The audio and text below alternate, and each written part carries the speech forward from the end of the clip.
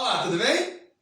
Hoje vamos dar continuidade ao tema iniciado na aula passada sobre o mundo pós-Guerra Fria, né? A multipolaridade do poder global, já que o fim da Guerra Fria, a partir do fim da União Soviética, a queda dos regimes socialistas no leste europeu, né?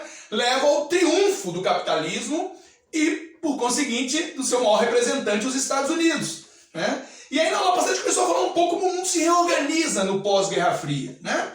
Como, a princípio, tem-se uma impressão de que o mundo pode estar caindo numa unipolaridade americana, né? Principalmente na era de prosperidade ali, vasta prosperidade dos anos 90, que gerou aquela bolha da internet, né? Naquele momento, onde os Estados Unidos se tornaram um ator global muito protagonista naquele momento, em vários eventos de ordem política e capitaneando com força a economia global, né? Principalmente através da economia digital.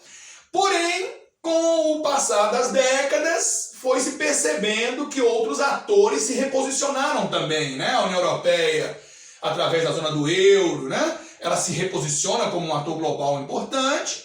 A China vai consolidando cada vez mais sua ascensão, chegando à segunda potência global, e não apenas como uma fabricante de bugigangas, né? Não apenas como uma base industrial global, mas também como um país que cada vez mais se sofistica nas altas tecnologias, na indústria 4.0, né? E na presença militar, e até um avanço do ponto de vista da influência política e cultural no mundo, né? A partir dos seus investimentos, né? Buscando uma integração cada vez maior entre a Eurásia, a África, e chegando até a América Latina, né? Como um importante parceiro aqui da América Latina. Então, o mundo se mostra de forma mais complexa, né? Depois se falou no segundo momento da unimultipolaridade, né? Quer dizer, os Estados Unidos, em alguns aspectos, o mundo seria unipolar, por exemplo, do ponto de vista do poderio militar americano, da sua influência política global, nos organismos internacionais, né? Então se chegou a falar também de unimultipolaridade em alguns aspectos, principalmente no aspecto econômico, nas trocas comerciais, né? na configuração dos blocos econômicos, o poder estaria multiplicado em mais de um polo, claro. Mas no ponto de vista militar seria único. Então se falou nessa transição de unimultipolar. E por fim, principalmente depois da crise de 2008 para cá, se consolida mais a tese do mundo multipolar e com atores emergindo nesse mundo, né? Principalmente atores asiáticos, né? A Ásia se tornou uma área muito importante, a diplomacia americana vai se voltar muito para a Ásia, inclusive na era Obama, né? Ele vai olhar muito para aquele continente, vai consolidar parcerias naquela região, né? Para poder fortalecer a presença americana na Ásia, porque a Ásia cada vez mais tem sentido o avanço chinês, né? O Japão, que se consolidou como uma grande potência econômica, tecnológica da região, tem limitações no plano militar, né? No plano político é um grande aliado americano, mas não tem a envergadura, né, da China, né? A complexidade que a China tem do ponto de vista do seu território, das suas riquezas naturais, da sua população, né? Da sua capacidade de crescer e expandir suas economias, né? Então, são atores distintos, embora o Japão seja um personagem muito importante da Ásia também, né? Temos também a emergência dos tigres asiáticos, né? Que já vem avançando desde os anos 70 e a partir dos anos 90, 2000, novos tigres também começaram a despontar naquela região e que são atores também importantes. Tivemos também a ascensão forte do elemento terrorismo, né, que nós já falamos um pouco no ano passado, a partir do 11 de setembro, Al-Qaeda, Estado Islâmico, né, atentados que vão pulverizar-se no mundo inteiro, tendo inclusive a Europa como um foco, né. A própria Primavera Árabe colocou no mapa global aquelas revoltas todas do norte da África, que levou alguns países à guerra civil. Então, assim, a complexidade do mundo pós-Guerra Fria, ela se intensifica mais, né. Os conflitos, né, também vão ser mais pulverizados, né? O mundo vai se multiplicar em mais nações, porque haverá desintegração de países e muitas vezes nessas zonas novos conflitos surgem. Então, realmente, o mundo multipolar do pós-Guerra Fria, ele apresenta uma característica de complexidade bastante intensa, né? E aí nós falávamos na trajetória do mundo e dos Estados Unidos, do pós-Guerra Fria, nós falamos um pouco sobre, né, a era do Clinton, a era do Bush, né? Com o 11 de setembro, com a guerra ao terror, e depois falamos da era Obama, né? Com toda a tentativa de resgate da economia, e chegamos até a eleição do Trump, né? Então, para a gente fechar esse circuito, e podendo falar de outros temas, ainda dentro desse tema da multipolaridade, do pós-Guerra Fria, a era do Trump, o Trump vence, para surpresa de muitos, né? Mas sabemos que ele faz parte de uma onda de mudanças que o mundo viveu, principalmente como efeito da crise de 2008, como efeito da exclusão que a globalização também produziu no mundo todo, né? Dos desafios que a inovação tem colocado no mercado de trabalho, na qualificação, na distribuição de riquezas, né? O mundo, a gente discute essa questão da divisão do mundo, da regionalização do mundo em países mais ricos, menos ricos, né? Já há muito tempo, né? Desde o pós-Segunda Guerra, que se criou, né, os termos subdesenvolvimento, aquelas ex-colônias, né? Que ao descolonizarem no pós-Segunda Guerra se mostraram países frágeis, com muitas injustiças sociais, né? Com instabilidade política forte, que não tinham consolidado ainda suas democracias, né? Com economias primárias, ainda ligadas a setores como agricultura, pecuária, extrativismo, uma base industrial restrita, né?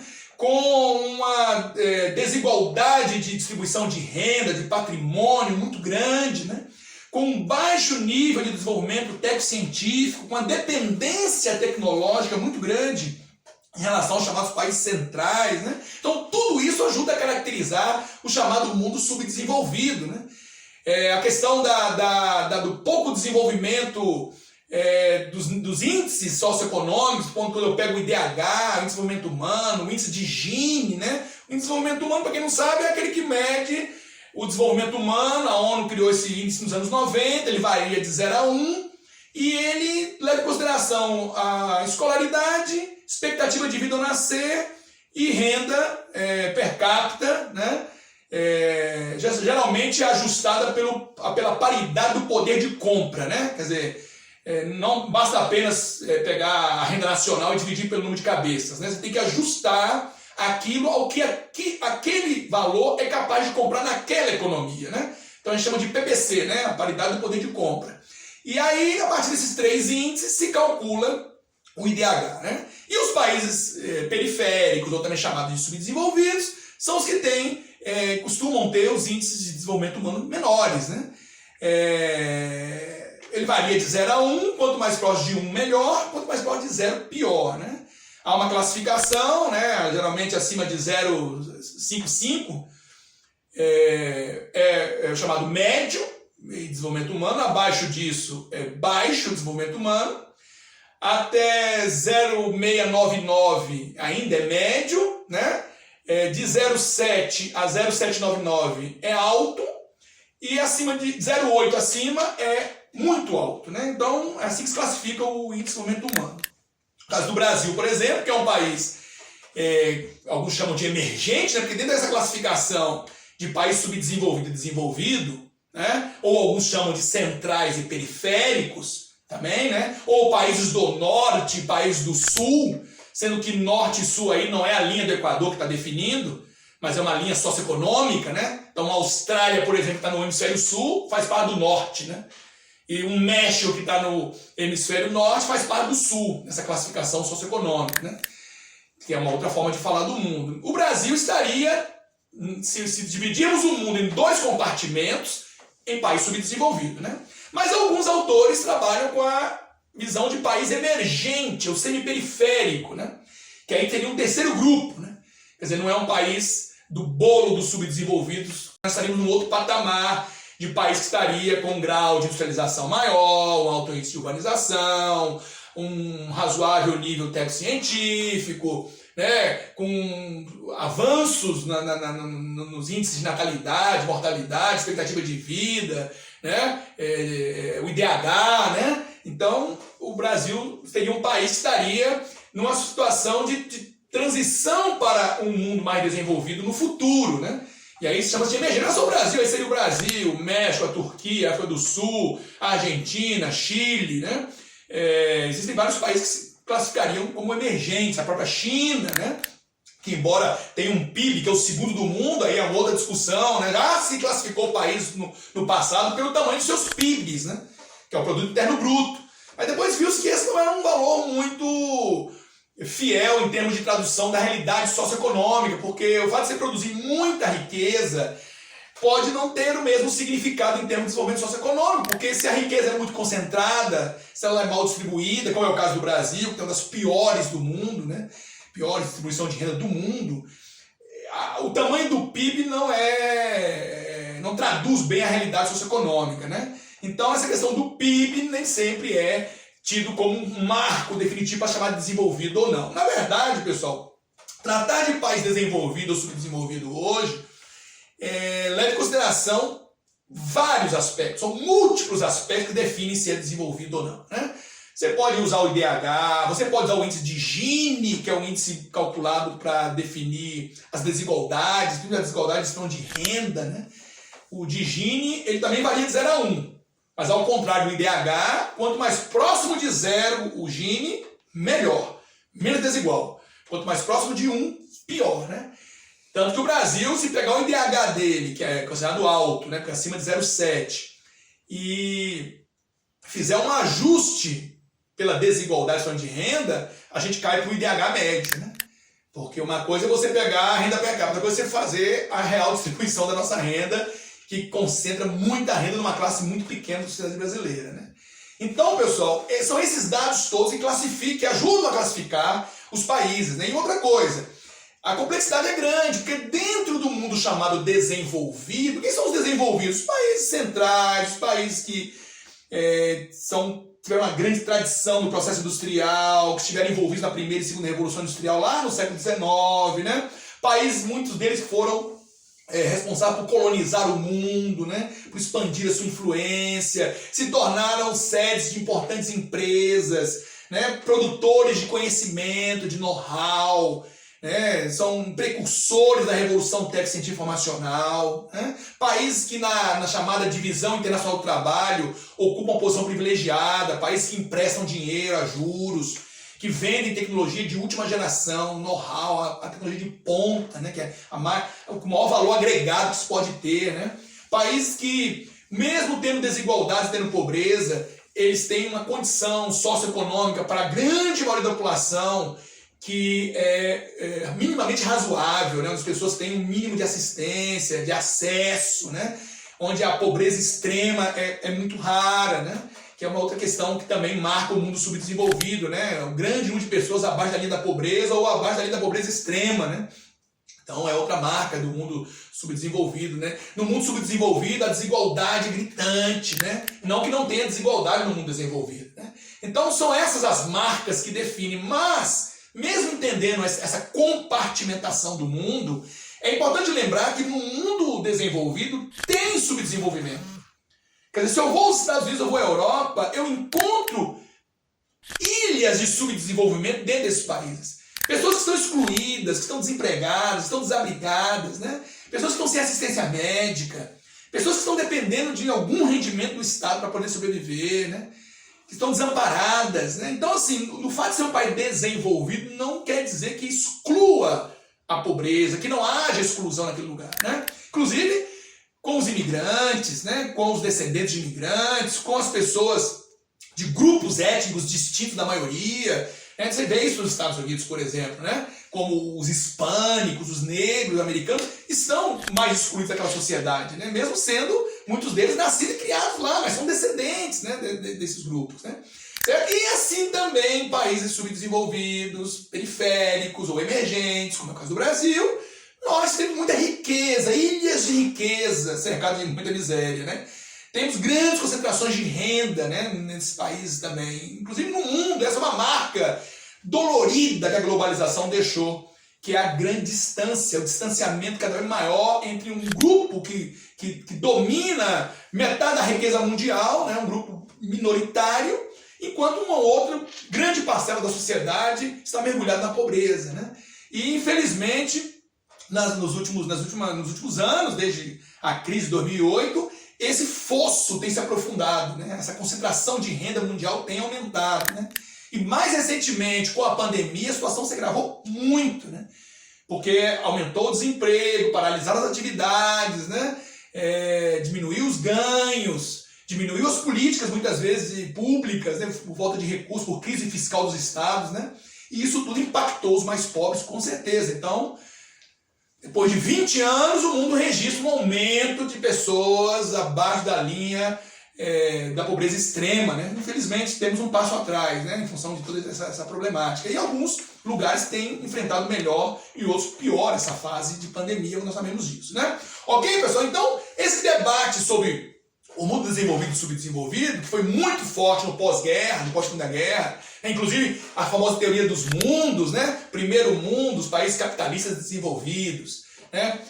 Segundo mundo, os países socialistas, né? Independente do nível de desenvolvimento. Terceiro mundo, os capitalistas subdesenvolvidos. E essa teoria desmoronou, né? Ela é baseada nos 3 estados da França, pré-revolução francesa, né? E a terceiro mundo seria a plebe, né? Primeiro mundo seria a nobreza, né? E o segundo mundo ficaria à parte por ser socialista. Mas, como desmontou-se o mundo socialista, pelo menos grande parte dos países, né, no final da Guerra Fria, perdeu o sentido dessa classificação, né? Embora você ainda use essa expressão, né? Houve até o famoso movimento dos países terceiro-mundistas, né? Conferência de Bandung na década de 50, tentando fazer os países não alinhados ao leste-oeste, à bipolaridade, né? Mas não avançou muito esse movimento. Então, pessoal, no pós-Guerra Fria, no mundo multipolar, no mundo da globalização, as economias emergiram, se debate muito essa questão da exclusão, do aumento da desigualdade, da pobreza mundial, né? Dessa compartimentação dos países, né? E uma outra marca também que foi muito forte dessas últimas 2, 3 décadas foi a configuração do mundo em acordos comerciais, em blocos econômicos. A gente tinha comentado na aula passada, né? O mundo entendeu que essa era uma forma de fortalecer regiões para que elas tivessem mais envergadura no embate global pelo comércio e pelos serviços e pelos recursos financeiros. Quer dizer, qual é a forma que eu tenho de estar melhor preparado para esse embate global, para essa concorrência mundial, para essa abertura de mercados, né? É eu tentar me fortalecer regionalmente, facilitando as trocas com os meus vizinhos, né? E fortalece aquela região perante o cenário global cada vez mais competitivo e com novos atores, né? E em cima disso nasceram vários tipos de acordos, né? Lembrando que quando se fala em acordos comerciais ou blocos regionais, existem vários níveis de integração, né? Que vão desde o Tratado de Livre Comércio, que seria o primeiro nível, né? Quando os países reduzem barreiras alfandegárias e não alfandegárias, né? Alfandegárias são as taxas, né? Não alfandegárias são regras, exigências técnicas, né? E são formas de barrar produtos, claro, né? Da medida que você está querendo exigir um produto com melhor especificação, você está também criando uma barreira, né? Ou então você sobretaxa o produto que vem de fora. Então, quando você elimina essas barreiras, total ou parcialmente, você está trabalhando dentro de uma perspectiva de livre comércio, né? Que é o caso, por exemplo, do NAFTA, né? Hoje chamado de USMCA, UNSCA, porque durante o governo do Trump eles renegociaram aquele acordo, que é um acordo do início dos anos 90, né? O NAFTA é aquele acordo entre Estados Unidos, Canadá e México, é o acordo da América do Norte, negociado durante o governo do Bill Clinton, né? E que agora, durante o governo do Trump, foi renegociado, né? Depois que o Trump ameaçou deixar o bloco, né? Uma das marcas do Trump foi pregar contra a globalização, contra os blocos econômicos, né? Mais isolacionista, mais xenófobo, essa é uma marca do governo dele. E nisso ele forçou, tanto com o México como com o Canadá, a renegociação, né? E aí avançou um pouco no mercado lácteo canadense, conseguiu algumas vantagens para a indústria automobilística americana, proteção da propriedade intelectual, ele conseguiu avançar em alguns pontos, né? E findou fechando esse acordo. O NAFTA é um tratado de livre comércio, por exemplo. O outro nível que você pode chegar é o nível que a gente chama de união aduaneira, né? É quando você acorda entre os países do bloco que eles vão sobretaxar produtos que vêm de fora do bloco uniformemente. Todos vão sobretaxar da mesma maneira. Para que isso? Para proteger o mercado entre eles, né? Quer dizer, se o Brasil está com a Argentina, está com o Paraguai, está com o Uruguai, no Mercosul, né? E o Brasil importa trigo do Canadá, e a Argentina também exporta trigo, então o que se faz? combina-se entre os atores do bloco que vai se sobretaxar trigo que vem de fora do bloco. E aí o Brasil sobretaxa o trigo canadense, em favor de comprar o trigo argentino que não tem sobretaxa no livre comércio, né? Então é uma forma de proteger o bloco. Chama-se União Aduaneira ou Tarifa Externa Comum. Né? O Mercosul tem esses dois níveis. Ele tem o livre comércio e tem a tarifa externa comum para alguns dos seus membros, não para todos. Né? Teremos oportunidade depois de falar do Mercosul, que é um outro bloco que nasceu nessa onda dos anos 90. Né? Em 91, Brasil, Paraguai, Uruguai e Argentina assinaram o Tratado de Assunção, que dá origem ao Mercosul. Posteriormente, nós tivemos a inclusão da Venezuela, que atualmente está suspensa em função da situação política que está vivendo. Né? Há poucos anos tivemos a suspensão temporária do Paraguai, que já retornou. A Bolívia está negociando a sua entrada como membro efetivo, ela é membro associada, junto com o Chile, né? E outros países sul-americanos também fazem parte do Mercosul, na condição de membro associado, né? Também teremos a oportunidade de tratar do Mercosul mais na frente. O outro nível de integração é o mercado comum. É quando você tem livre circulação de bens, pessoas, serviços, capitais, né? Quem chegou plenamente a isso foi a União Europeia, né? Antes dela virar a União Europeia, quando ainda era Comunidade Econômica Europeia, Mercado Comum Europeu, né? Que é o Tratado de Roma, lá de 57, né? Mas que eles só conseguiram concluir todas as etapas na década de 90, né? E aí sim viraram, através do Tratado de Maastricht, né? Viraram a União Europeia a partir de 92, né? E adotaram o euro a partir de 2002, né? Como moeda corrente. Então, a União Europeia chegou ao nível de mercado comum, né? De livre circulação de bens, pessoas, serviços e capitais, né? Esse é um exemplo, né? Temos também o outro nível, que é a união monetária, que é quando você tem uma moeda única, Banco Central único, política monetária comum. É o caso da União Europeia. A União Europeia alcançou isso através da zona do euro, né? Introduziu o euro e consolidou ele como moeda de 19 países, né? Dentro da União Europeia, né? Nem todos os países da União Europeia estão na zona do euro. Também poderíamos falar mais à frente sobre a União Europeia. E o próximo nível de integração seria a integração política, a união política me chama, né? Quando eu falo em união política, não é unir num país único, governo único, constituição única, não, tá?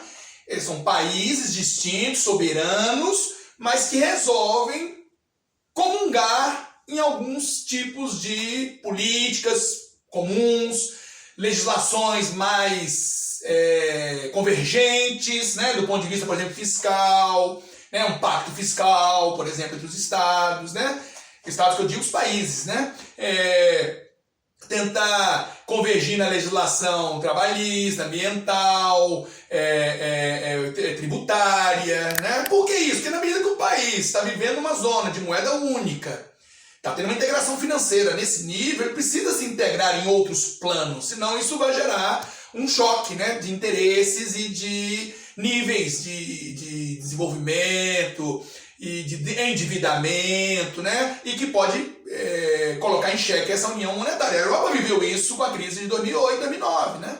O fato dela não ter um pacto fiscal entre os estados e os estados não estarem com suas contas todas equilibradas levou à crise naqueles PIGs, né? Então a união política, que na União Europeia veio através do famoso Tratado de Lisboa, né? Que a partir de 2009, 2010 ele entrou em vigor, né? Que foi um tratado amplamente discutido, chegou a se chamar de Constituição Europeia, depois abandonou esse nome porque muitos não gostavam dessa ideia de ter uma única Constituição, né? Mas a ideia foi essa, né? De tornar a Europa mais homogênea em termos de políticas, não só a política financeira, né? Mas também outras políticas podiam estar mais integradas, né?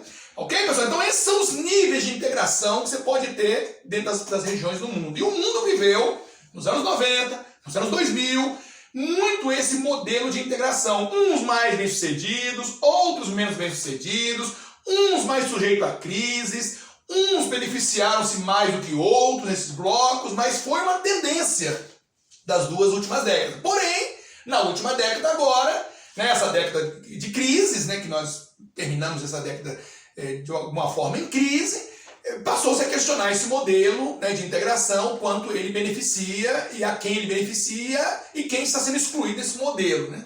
E aí voltou-se a discutir, por isso o termo desglobalização, né? Por isso né, dentro da Europa passou-se a discutir a saída da União Europeia, não só o Reino Unido através do Brexit, né? Mas se tem esse debate na França, na Itália, né, dos grupos mais conservadores, né, que discutem quais são os ganhos reais de estar dentro da União Europeia, né, e quais são os entraves que ela traz, o engessamento que ela traz, né, e as concessões que ela exige. Então, o debate se ampliou. E o Trump, pessoal, ele governou justamente dentro desse universo, né? O governo Trump ele foi um governo que veio com um discurso que contrariava a corrente naquele momento, tanto que muitos acreditavam que ele não teria a menor chance de ser eleito, né? Apenas um jornal pequeno de Los Angeles foi que bateu o martelo em cima da vitória do Trump. Todos os outros davam sua derrota, né? A vitória dele foi osso duro de roer para muita gente, né? E ele se elege de uma plataforma xenófoba, uma plataforma unilateral, né, numa plataforma isolacionista, né, acenando para supremacistas brancos, né, pregando a divisão, pregando a violência muitas vezes entre partidários distintos. Quer dizer, o governo dele foi na contramão da multiculturalidade que até então se achava que é para onde o mundo, né, o mundo da diversidade que todo mundo achava que era para lá que estava caminhando, ele foi na contramão disso tudo, né? E findou sendo eleito, né? Tudo bem, tem todo um debate de quão legítimo foi a eleição dele, o quanto hackers russos, né, não atrapalharam essa eleição, mas o fato é que ele governou por 4 anos. Né? E aí, durante o governo dele, ele fez o que prometeu, né? Ele foi fiel às promessas, né? Ele rompeu com o Tratado de Paris, que era aquele tratado para redução de emissões de gases estufa, como prometeu em campanha. Ele deixou a parceria transpacífica, que tinha sido um acordo recém-fechado pelo Obama ali no sudeste da Ásia, né? Onde o Obama queria aumentar a influência da americana naquela região, uma região sobre a qual a China tem avançado muito, né? A famosa língua da vaca, né? O mar da China Meridional, como a geopolítica chama, que é uma área muito estratégica, uma área por onde passa uma parcela significativa do comércio mundial, uma área rica em gás e petróleo, sobre a qual a China tem avançado, não só do ponto de vista militar, mas tem reivindicado áreas oceânicas, né? Disputando com Filipinas, com Vietnã, com outros países da região, e tem ganhado envergadura ali, tem disputado até ilhas com o próprio Japão, um pouco mais ao norte, né? Então esse expansionismo, chamado chinês dos oceanos, né, isso chamou a atenção, né? E o Obama tinha eleito a Ásia como centro da sua geopolítica internacional, né? Ele tentou fortalecer, só que o Trump, alegando que esse acordo enfraquecia mais ainda a indústria americana, favorecia a pirataria, não respeitava a propriedade intelectual, findou rompendo com esse acordo, né? Embora os demais países que estavam no acordo reafirmaram a sua importância nele, né, de manter-se nele, né? Mas claro, com a saída americana perdeu muito, né? O Trump também rompeu com um acordo nuclear com o Irã, né, que era um acordo que também o Obama tinha alcançado para estabilizar um pouco mais as relações com o Irã, que é um país importante do Oriente Médio, mas ao mesmo tempo que mantém uma hostilidade muito grande com os Estados Unidos e vice-versa, né? E aí o Obama tinha dado uma estabilizada naquilo ali, né? Mas aí ele rompeu também com esse acordo. O Obama tinha estimulado políticas de baixo carbono no país, ele retroage nisso também. O Obama tinha melhorado as relações com Cuba, né? Se aproximado de Cuba, visitado Cuba, ele também recua nisso, né? Então assim, o governo do Trump é marcado por vários retrocessos, inclusive ele vai começar a criar dificuldades de relacionamento com os países que são aliados históricos dos Estados Unidos, né? Desde a Segunda Guerra que esses países mantinham vínculos estreitos, né? Desde o pós-guerra, né? Países ligados, por exemplo, à OTAN, né? O Trump bateu 1, 2, 3 vezes na OTAN, dizendo que a OTAN não estava justa, os gastos militares não estavam equacionados, que os países não estavam metendo a mão no bolso como prometeram, e criou desavenças, né? com a Alemanha, com a França, né? Então, assim, o governo dele foi um governo de confrontos, né? Com a China, abriu aquela guerra comercial, que muitos dizem, na verdade, é uma disputa pela instalação do 5G no mundo, né? Mas abriu uma guerra comercial que fez muito mal ao comércio mundial, que fez muito mal às relações internacionais, né? Ele enfraqueceu órgãos dentro da ONU, ele enfraqueceu a Organização Mundial do Comércio, boicotou a Organização Mundial do Comércio, inclusive na época dirigida por um brasileiro, Roberto Azevedo, né? Enfraqueceu bastante, travou, né? Um tribunal lá que julgava causas dentro da OMC, que travou, não indicando juízes. Ele enfraqueceu a Organização Mundial da Saúde, né? Então foi um governo que realmente não colaborou para fortalecer as relações internacionais, né? Um governo de divisão, um governo que, como ele dizia, America First, né? Quer dizer, em primeiro lugar os Estados Unidos, em detrimento dos outros, né? E as coisas não funcionam assim, e isso enfraqueceu os Estados Unidos, né? Enquanto ator global, né? E paralelo a isso, pessoal, ironicamente, é a China que começa a ganhar espaço em falar em multilateralidade, em falar que está nos acordos, em firmar sua presença no Acordo de Paris, né? E se colocar como um ator bem mais palatável no mundo de hoje, né? Quer dizer, a China, que sempre foi tido como um país mais isolado, um país difícil de desvendar, né? E foi um país que se apresentou muito mais ao mundo como liderança global, né? Outro país também, que nós vamos ter a oportunidade de falar no nosso próximo encontro, que também passou a ter uma atuação mais intensa, foi a Rússia, né? A Rússia passou por uma crise profunda ali no pós-Guerra Fria, né? Na aula que a gente for falar sobre Rússia, você vai ver isso, né? Que a década de 90, pós-fim da União Soviética, a Rússia declinou muito, né? Economicamente, chegou a falir, né, em 98, mas ela se recupera, né, nos anos 2001, 2008, a famosa era das commodities, né, quando, inclusive, nasceu a famosa sigla BRICS, né, Brasil, Rússia, Índia e China, né, criada pelo Jim O'Neill, né, um economista aqui do Goldman Sachs, né, que criou um relatório chamando a atenção para países que ele via como grandes atores até 2050, né? Em termos de produção de riqueza, em termos de margem para crescer, para expandir, né? Em termos de recursos naturais a explorar, né? Em termos de infraestrutura a ser instalada. Então ele via grandes ganhos desse país em termos de mercado global, né? E ele criou a sigla BRICS. Depois da crise de 2008, tudo isso foi por água abaixo, porque toda aquela perspectiva que ele tinha definhou, né? Ninguém esperava uma crise tão profunda, a maior crise desde 29. Mas a sigla BRICS, que não é bloco econômico, também nasceu para falar da ascensão dos emergentes, né? E a Rússia estava no meio deles como um grande ator energético, né? Que a Rússia tem muito gás e petróleo, né? E aí é a era do Putin, né? A era que a Rússia fortalece, não só do ponto de vista econômico, mas militar, e começa a reagir, inclusive, à pressão que ela vem sofrendo nas suas fronteiras, né? Porque desde que acabou a União Soviética, que a União Europeia e a própria OTAN avançaram em direção às fronteiras da Rússia, incorporando antigos aliados da União Soviética ou antigos pedaços do que foi a União Soviética, como a Letônia e a Estônia, né? E ao chegar às portas da Rússia, na Ucrânia e na Geórgia, houve a reação militar, né, da Rússia. Falaremos sobre isso mais tarde. Não, mas a Rússia também se reposicionou no mundo como um novo ator, né? Então esse é o mundo pós-Guerra Fria, pessoal, com essa complexidade. Os blocos que eu estava falando econômicos, além do que eu citei aqui, NAFTA, Mercosul, né? Outros também se organizaram ao longo dessas últimas décadas, né? Alguns é muito antigos, e a ideia de bloco econômico não é uma ideia de agora, dos anos 90, viu? Ela ganhou um novo fôlego. Mas nós temos iniciativas de bloco econômico da década de 60. A própria União Europeia tem seu embrião lá na década de 40. Então essa ideia não é nova, ela ganhou um novo fôlego, né? E aí nós tivemos aqui na América do Sul, ali no Mercosul, depois se organizou a Unasul, né? Aqui nós já tínhamos a Comunidade das Nações Andinas, que antigamente chamava Pacto Andino, né?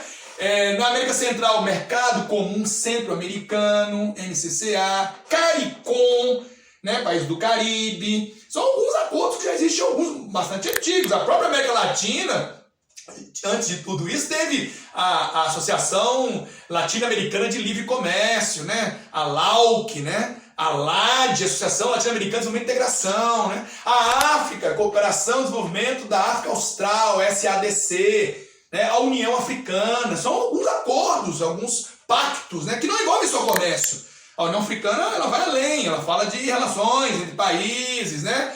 Forças de paz, não se limita apenas ao comércio, né? A Europa não tem só a União Europeia, ela tem também a Europa nórdica, ela se organizou também, né, no EFTA, né, que é o Acordo de Livre Comércio da Europa, né, que é Islândia, Suíça, Noruega, países que não aderiram à União Europeia ainda. Quando adere, geralmente sai desse bloco, né? Os países do leste ali da Europa, Polônia, Hungria, República Tcheca, Eslováquia, Bulgária, Romênia, também se organizaram em um pacto comercial centro-europeu, né? Né? Na Ásia, nós temos o APEC, Cooperação Econômica Ásia-Pacífico, também um encontro ali de mais de 20 países. Né? A ASEAN, do sudeste da Ásia, da Indochina e da Indonésia, Tailândia. Né? Quer dizer, vários são os acordos. A APEC é um acordo que envolve a Bacia do Pacífico, países da América, Oceania e Ásia. Né? Só para você entender a dimensão desse acordo, né? Cooperação Econômica Ásia-Pacífico. Né? Então, assim, o mundo realmente enxergou, principalmente no pós-Guerra Fria, como saída para dinamizar suas relações, organizar-se em blocos econômicos, e aí multiplicaram-se, né, esses acordos, muitos que avançaram, muitos que ficaram mais estagnados, né, mas que estão por aí até hoje, ok? Então essa foi a nova estrutura que o mundo assumiu pós-Guerra Fria, né, e o Trump termina seu governo, conseguiu uma recuperação econômica que ele tinha prometido, né? Com a pandemia ele foi muito afetado, a economia americana, a geração de empregos também, claro, né? Ninguém escapou disso. E findou que comprometeu a possibilidade de reeleição dele, né? Com a vitória do Joe Biden, né? Que vem numa outra linha, né? Um democrata, negando todo esse modelo trumpista, né? E se opondo a todo esse modelo de mais radicalização, de mais confronto, de mais verborragia, né? Isso atingiu todos, né, pessoal? No leste da Europa você tem governos como o Viktor Orbán na Hungria, né? O avanço da Marine Le Pen, de extrema-direita, na França, não chegou ao governo, mas chegou até o segundo turno das eleições, né? Aqui no Brasil, a eleição do Bolsonaro tem a ver um pouco com essa guinada mais à direita que o mundo deu nesse mundo pós-crise de 2008, nesse mundo de desglobalização, né? Que muitos discutem hoje, ok? No próximo encontro, vamos continuar avançando nesse tema dos blocos, da Rússia, né, como a Rússia se reposiciona no mundo pós-Guerra Fria, e nós poderemos dar continuidade a essa temática. Eu agradeço a atenção e até a próxima. Crooked Hillary Clinton, goofy Elizabeth Warren. Lion Ted, the Bible held high. I don't know what I said. And God bless America.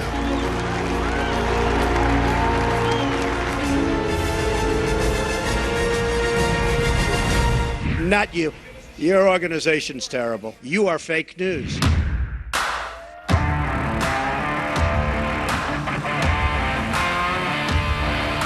Always put America first.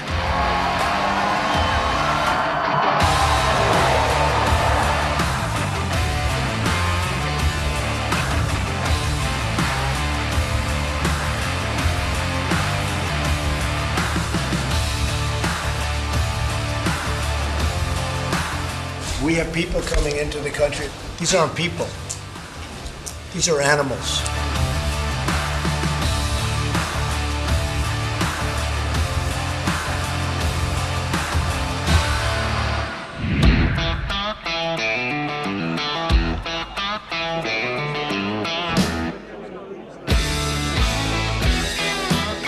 Rocket Man should have been handled a long time ago. MC 깜짝 놀라고 정식으로 오늘 여기서 만날 것이야.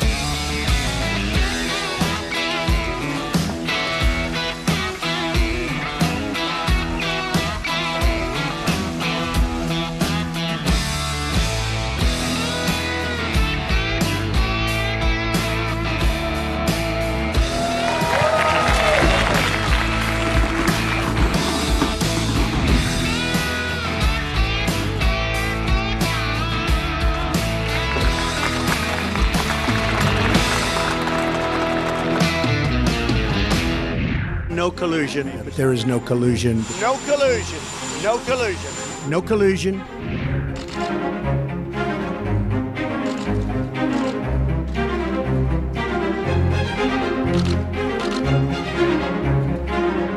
It's great to be with you. It's a total hoax. It's a disgrace.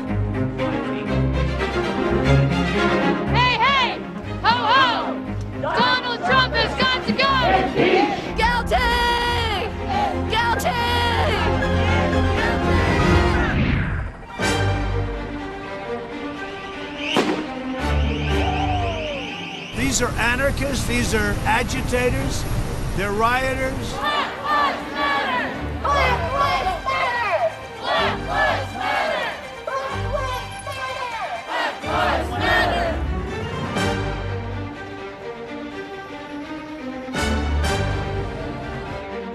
USA! USA! USA!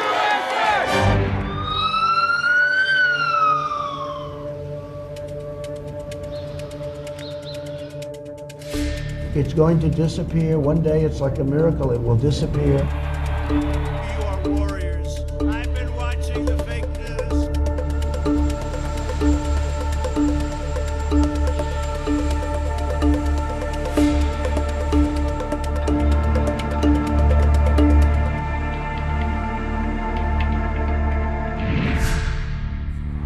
The President-elect of the United States of America, Joe Biden. This was a massive fraud. This should never take place in this country. We're like a third world country. Wow! All the networks!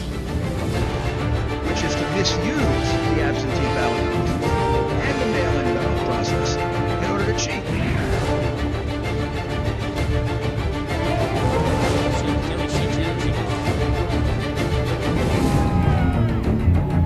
We're going to walk down to the Capitol because you'll never take back our country with weakness.